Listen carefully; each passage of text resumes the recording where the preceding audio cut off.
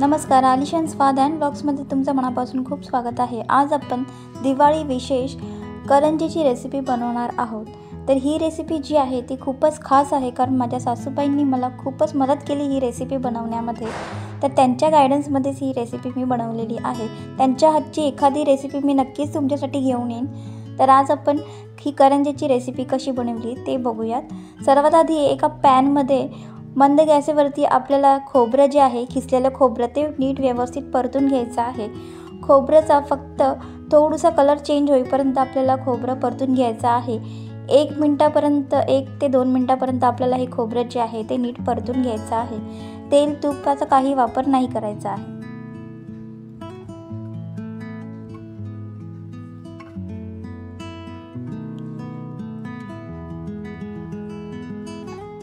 तर 1 ते 2 मिनिटांमध्येच आपलं खोबरं जे आहे ते छान परतून जाईल आणि आपल्याला हे खोबरं जे आहे ते वेगळ्या प्लेटमध्ये काढून ठेवायचं आहे थंड होण्यासाठी। तर आता बघू शकता कलर चेंज झाला आहे।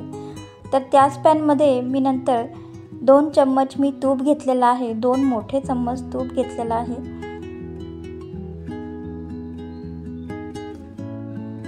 आता यामध्ये आपल्याला रवा जो आहे तो नीट भाजून घ्यायचा आहे। तर रवा जो आहे तो मी इथे अर्धा वाटी रवा घेतलेला आहे, तुम्ही अर्धा वाटी मोजून घेऊ शकता।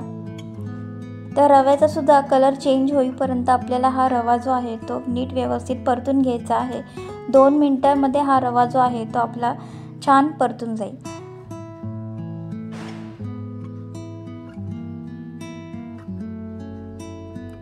तर तुम्ही बघू शकता हलकासा कलर जो आहे तो रव्याला चढलेला आहे आणि आपल्याला हा रवा जो आहे तो वेगळ्या प्लेटीमध्ये काढून घ्यायचा आहे।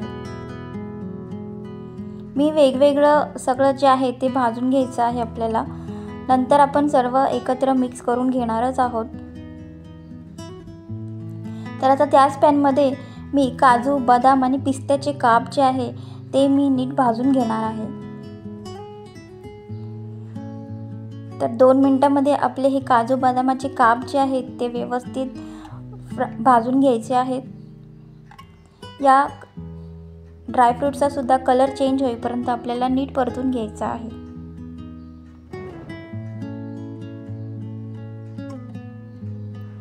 तर तुम्ही बघू शकता कलर जो आहे तो चेंज झालेला आहे आणि आता आपण हे काढून घेणार आहोत। आता आपल्याला एक कढई घ्यायची आहे आणि त्या कढईमध्ये आपण भाजून घेतलेला खोबरं जे आहे ते घ्यायचं आहे आणि ड्रायफ्रूट्स जे आहेत ते आपण भाजून घेतले होते, काजू, बदाम, पिस्त्याची काप जे आहेत ते आपल्याला यामध्ये घालायचं आहे आणि नीट व्यवस्थित 2 मिनिटापर्यंत हे आपल्याला भाजून घ्यायचं आहे परत।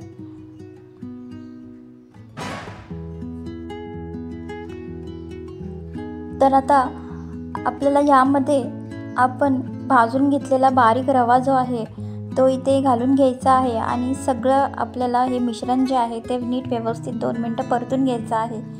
तर सगळं ऑलरेडी आपण परतून घेतलेलं आहे, त्यामुळे याला जास्त वेळ नाही लागणार।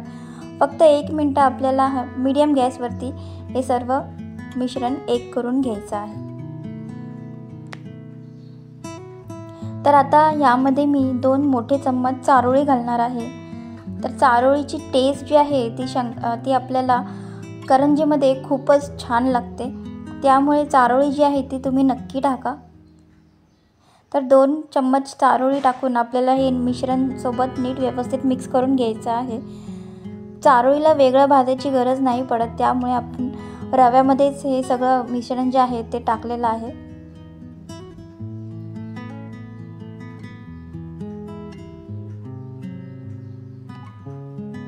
आता यात मी 1 चम्मच वेलची पूड टाकली आहे, इलायची पावडर, त्याच्याने छान टेस्ट येते आपल्या करंजीला। तर वेलची पूड टाकून हे मिश्रण आपल्याला व्यवस्थित मिक्स करून घ्यायचं आहे।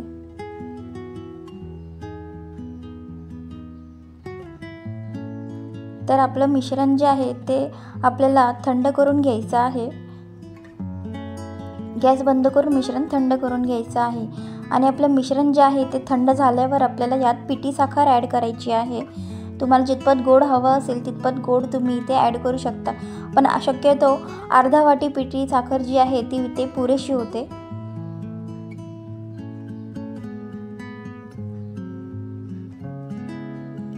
तर पिठी साखर टाकून आपल्याला हे मिश्रण जे आहे ते व्यवस्थित मिक्स करून घ्यायचं आहे. तर आपलं मिश्रण जे आहे ते रेडी झालेलं आहे.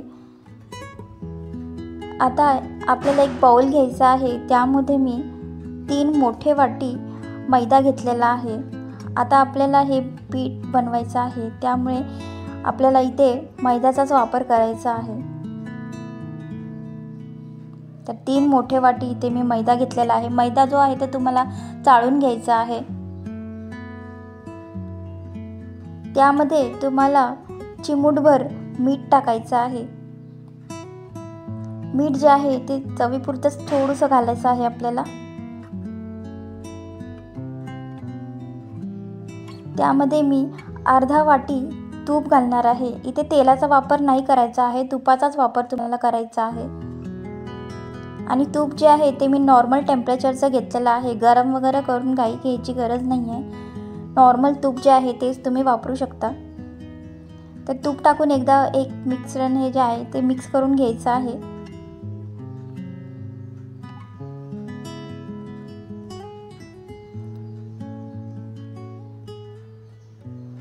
तर हे मिश्रण जे आहे ते व्यवस्थित मिक्स झालं आहे.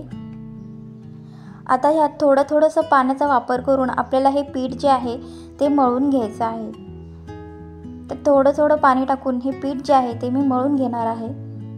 हातानेच हे पीठ आपल्याला मळायचं आहे. हातानेच एकजीव करून व्यवस्थित आपल्याला हे पीठ जे आहे ते चांगल्या प्रकारे मळून घ्यायचं आहे.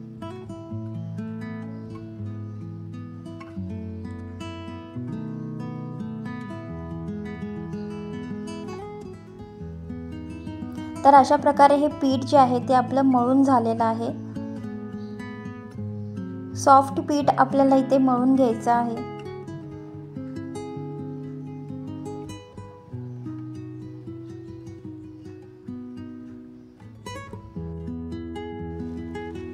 तर आता या पिठाच्या छान पुऱ्या आपण लाटून घेणार आहोत आणि आपल्याला या साच्यावरती अशा प्रकारे ठेवायचं आहे. आणि आता आपल्याला सारण भरून घ्यायचं आहे. तर 1 चम्मच सारणच इथे आपल्याला भरून घ्यायचं आहे, नाहीतर करंज्या ज्या आहेत त्या डीप फ्राय करताना सारण जे आहे ते बाहेर येण्याची शक्यता असतं. त्यामुळे जास्त सारण भरू नका. तर 1 चम्मच सारण भरून आपल्याला हे फोल्ड करून घ्यायचं आहे. त्या पिठावरती आपल्याला फोल्ड करायचं आहे आणि हे बंद आपल्याला करून घ्यायचं आहे. आणि नीट व्यवस्थित सगळ्या बाजूनी प्रेस करून आपल्याला हे एक्स्ट्रा पीठ जे आहे ते काढून घ्यायचं आहे. तर अशा प्रकारे सर्व बाजूनी प्रेस करून एक्स्ट्रा पीठ जे आहे ते आपण काढून घेणार आहोत. जर तुम्ही नीट व्यवस्थित प्रेस नाही केलं तर फ्राय करताना करंज्या ज्या आहेत त्या सारण जे आहे त्याच्यामधून बाहेर येण्याची शक्यता असते. तर अशा प्रकारे नीट व्यवस्थित प्रेस करून सारण आपल्याला काढून घ्यायचं आहे बाहेर पीठ एक्स्ट्रा.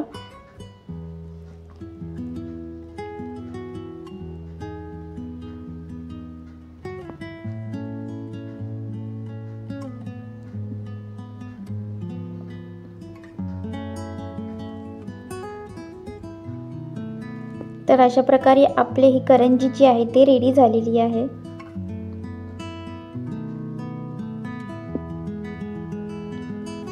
तर असा छान शेप आलेला आहे साच्याचा आपल्या करंजीला. तर सर्व करंज्या ज्या आहेत त्या आपण अशाच प्रकारे करून घेणार आहोत. तर इथे दुसरी करंजी सुद्धा मी इथे तुम्हाला बनवून दाखवते. तर अशा प्रकारे आपल्याला लाटलेली पोळी जी आहे ती इथे ठेवून घ्यायची आहे. सारण भरून घ्यायचं आहे.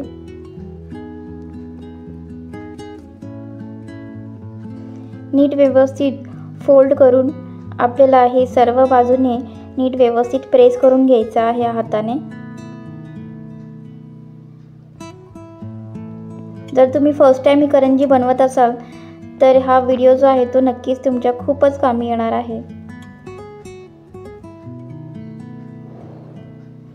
तर अशा प्रकारे आपली करंजी जी आहे ती रेडी झालेली आहे.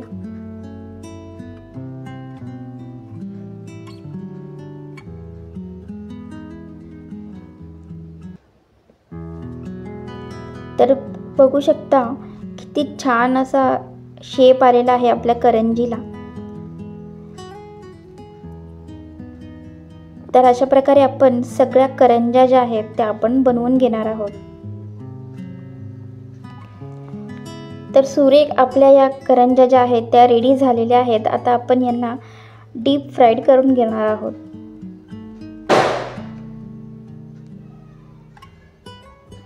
तर सुरुवातीला आधी आपण बघूया आपलं तेल तापलेलं आहे की नाही। तर छोटासा पिठाचा गोळा टाकून आपण चेक करायचं आहे आणि तेल जे आहे ते मीडियम गॅसवरती आपल्याला ठेवायचं आहे। फास्ट गॅस करू नका, नाहीतर करंज्या ज्या आहेत त्या वरतून ज्या आहेत त्या फ्राय होतील आणि आतून कच्च्या राहतील।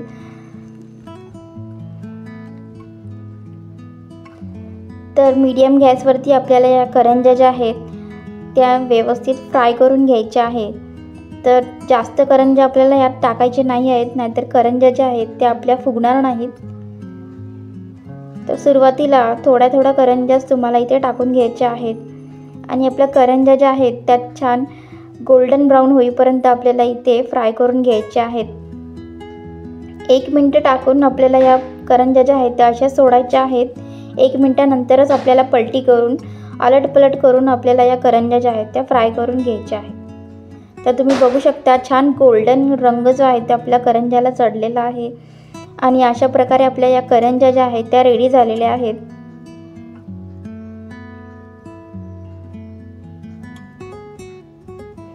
तर खूपच चविष्ट आणि खूप लवकर संपणारा हा दिवाळीचा आपला हा फराळ आहे।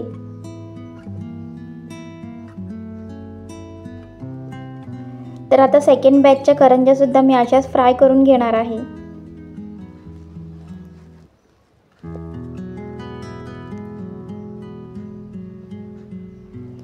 तर आता आपण सेकंड बॅच इथे फ्राय करून घेणार आहोत।